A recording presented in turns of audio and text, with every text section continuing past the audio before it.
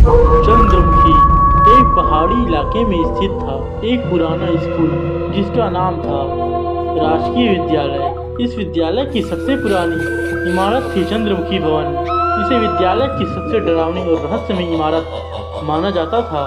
स्थानीय लोग कहते थे कि इस भवन में चंद्रमुखी नामक एक आत्मा का वास है जो केवल पूर्णिमा की रात को दिखाई देती है। चंद्रमुखी भवन के बारे में कई कहानियां प्रचलित थी।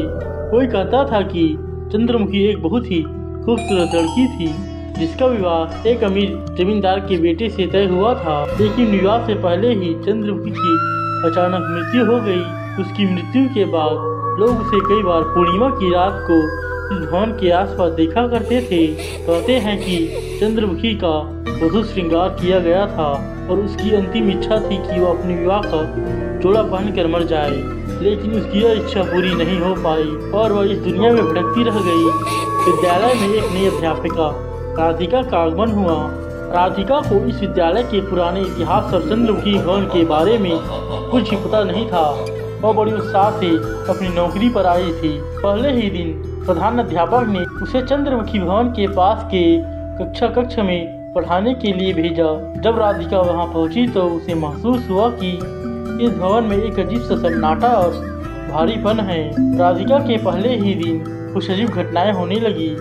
जब वह पढ़ा रही थी तब उसे लगा कि कोई उसकी ओर घूर रहा है। उसने पीछे मुड़कर देखा लेकिन वहां कोई नहीं था।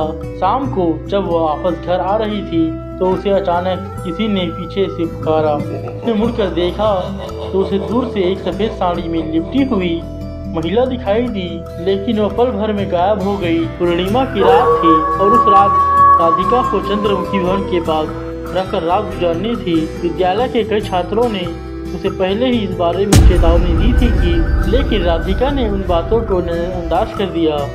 जैसे ही रात गहराई, भवन के अंदर से अचानक एक मधुर संगीत सुनाई देने लगा।